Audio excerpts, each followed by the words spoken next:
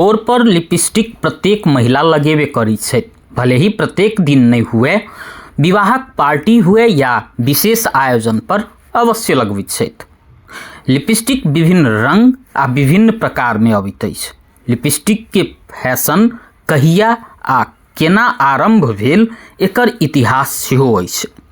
Lipstick के विषय में हिंदू धर्म ग्रंथ ऋग्वेद में चर्चा कैल सेहो पाओल जाइत अछि। महिला के 16 श्रृंगार में सेहो एहि के शामिल कैल गेल अछि। रामायण आ महाभारत काल के महिला सब एहि के उपयोग करैत छली। मानल जाइत अछि 375 ईसा पूर्व महर्षि वात्सायन द्वारा रचित कामसूत्र में लिपस्टिक के वर्णन भेटैत अछि।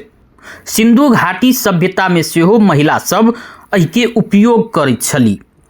किछ पश्चिमी इतिहासकार सब के अनुसार सुमेरियन समाज के व्यक्ति सब एहि के उपयोग करैत छल। ओ समाज के महिला अपन ठोर के सजावा के लेल रत्न के पीस क ठोर पर लगबैत छल। किछ स्थान पर फल के रस आ फूल के रंग बना क एहि के उपयोग करैत छल।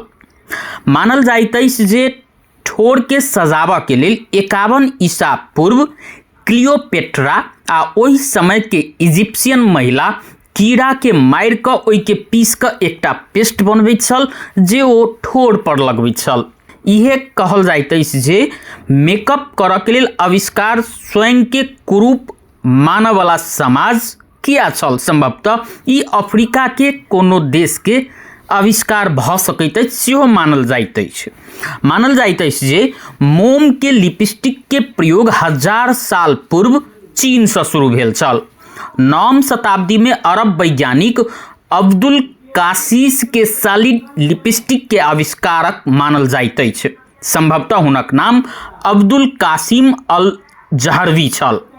16वीं शताब्दी में महारानी एलिजाबेथ अपन चेहरा के पूरा उज्जर क लैत छली आ ओहि पर लाल रंग के लिपस्टिक लगबैत छली। 1884 में फ्रेंच परफ्यूम कंपनी गुलेरियन पहिल बेर लिपस्टिक के कमर्शियल रूप में बेच के शुरू केने छल।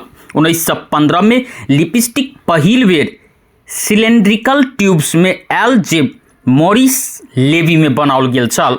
हॉलीवुड अभिनेत्री सब लिपस्टिक के फैशन में अन्य छल, जाहि के चलते 1920 के दशक धरि लिपस्टिक के प्रचलन वैश्विक रूप में भेल छल।